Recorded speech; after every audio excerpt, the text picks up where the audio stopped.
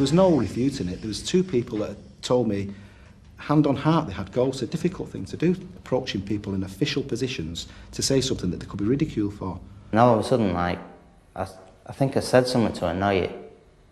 I can't remember exactly what I said, but all of a sudden I just got this big bang, like it sort of like in my ribs but in my back sort of thing. And it just threw me from, well, a good 12 foot.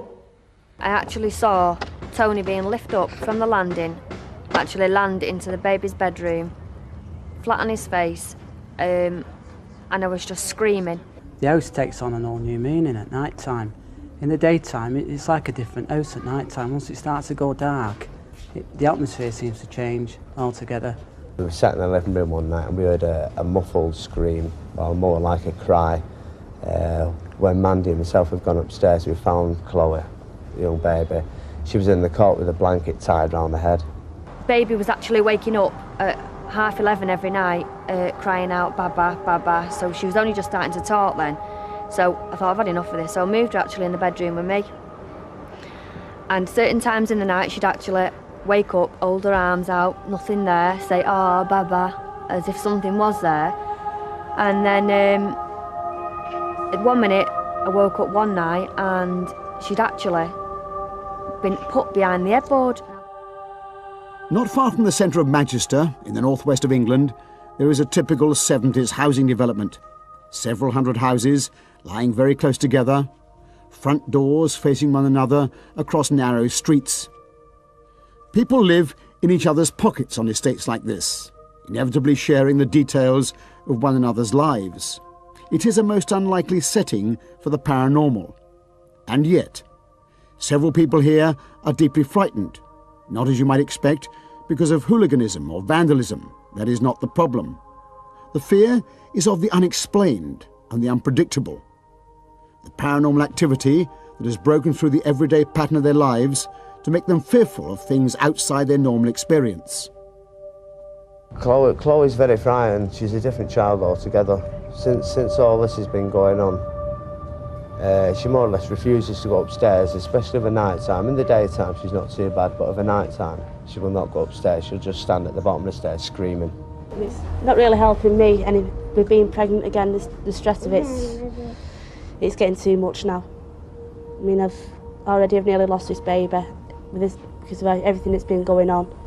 Tony stayed over because he wasn't with me all the time, and he found that at the end of the night, about 2 o'clock in the morning, he went to actually turn off the television. So he went down on his knees, turned the telly off, then turned the lamp off, and then actually went behind the television and switched it off at the mains and plugged it out, and it was in pitch black then. So he got up and everything came on full blast. The telly came on, the light came on, full blast. So he ran straight up the stairs, woke me up, and he says, "Pam, we've definitely got a ghost." I was just sat down watching telly. The dog was mucking about, and then all of a sudden, like he had a bone in his mouth, and it's like someone was pulling on the other end of it because he was pulling back, but nothing was there. Just round the corner from Pam and Tony, no more than 100 yards or so away, there are two other families that have had their lives disrupted over the past few months by a series of totally unexplained events. There is nothing jokey or light-hearted about this. There is no doubt about their fear.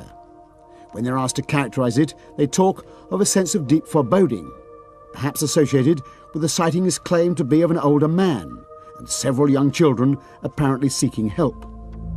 This house and the house next door was a farmhouse. Now in my hallway, that used to be a ginnel between the farmhouse from room to room.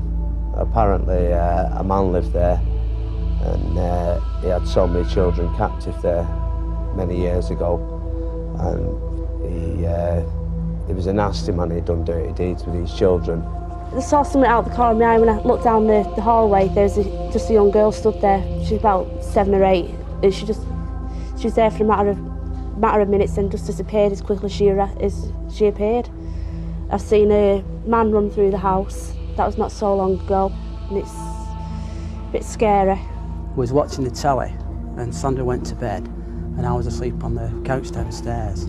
And I woke up, and I could hear some whispering, and she's got 2 armchairs, and I could hear some whispering from one chair to the other. I couldn't understand what it said. I couldn't make it out, but it was definitely somebody whispered or whispering to each other. A couple of weeks after that, my daughter went to bed. I went up not long after, and she came into my bedroom about 5 minutes after I went to bed, shouting that a cold feeling from her ankles up her body went through her, and she couldn't speak. It's as if she was paralysed. She couldn't speak, she couldn't move. I was in bed, I woke up one night, it was about 3:30 in the morning, and as I've looked towards the bedroom door, I've seen the figure of a little girl. She looked quite solid to look at. I've tried to wake Mandy up, but as I've woke Mandy up to show this little girl, she'd gone. And I've actually seen baking trays come flying off the top of my cooker. Now, in my living room, we have plates on the wall. The other night, they started rattling these plates, so I've had to take the plates off the wall. And, you know, noises and banging, and, you know, it's pretty scary. It does get a bit scary. What do you do when you're confronted with the unexplained in this way? Something totally outside the bounds of normal experience. It takes courage, great courage, even to mention it to a friend and neighbour. But that's what these people eventually did when they became frightened for their children's safety. They turned, first of all, to the church, to a priest, not, they would say, to very much effect. I got in touch with the vicar, and the vicar came here to talk to me, and he tried to have an explanation for everything that was happening. He just tried to make me feel better. I went to see the priest at the local church, and he said, I'll pay you a visit. Anyway, he came round and he was fobbing me off, saying there's anything happening there. I mean, I'll come back and see, but that was the last I heard. So when I came back with Tony, his mum, the dog and the baby. So we sent the dog in first, hoping the dog had picked something up, and the dog went in and sniffing around like an idiot. Then I went in because he was too scared to go in, and the house was as if it had been ransacked. There was pillars all over the floor, cushions all over the floor. It was a tip. Next in line of authority lies the housing officer, the man responsible for all the day-to-day hassle on the estate. At first he also was inclined to brush it aside, but as he says himself, he couldn't. Eventually he was forced to confront it as the reality, because several families came to him clearly frightened and needing help. I was quite amazed to find the church didn't really want to know. The local vicar wouldn't deal with it. Or he dealt with it in a bit of an offhand way and just more or less dismissed it. And I thought, if the vicar's dismissed it, what am I supposed to do, you know? So I took as much detail as I could, promised to get back to her. She wasn't on the phone, so it was always going to be awkward. But I wasn't sure what I was going to do. I left it at that. It was just a note on a piece of paper left on my desk. But within a week, I found myself going through exactly the same interview with another family who live about 50 yards away, but around the corner. Now, this family, I interviewed them as a complete family. I was quite amazed that they'd all come in, giving one another support. I then realised I'd spoken to this woman's neighbour a long time before, certainly before the first interview. It was about 3 or 4 weeks ago. A very agitated girl who simply wanted to move. She wanted to get out of the house. She gave all sorts of irrational reasons because there was no way of proving what she was saying. She was saying the most incredible things about her attitude of her neighbours towards her and being victimised, being attacked. And she couldn't produce evidence of it. There was no police reports forthcoming, so I actually just left that on file. But I was a bit worried that it was next door to this woman who's now saying she's got ghosts. So I just took a chance. I asked her to be discreet and just go to a neighbour as a neighbour and just say, we're having some strange problems, are you experiencing anything? But I said, try not to give the game away, don't be precise about what's happening. And she left with that. And the next day I was going about my work, and she appeared, this is Sandra, appeared in the doorway, and she was gesticulating that she wanted to speak to me. So I went over to speak to her and took her into an interview room, and she said, yes. I said, yes what? She said, she's got ghosts. And I couldn't believe that. Now I've got 3 families, and one hadn't disclosed and wanted to move. My belief in the situation was total now.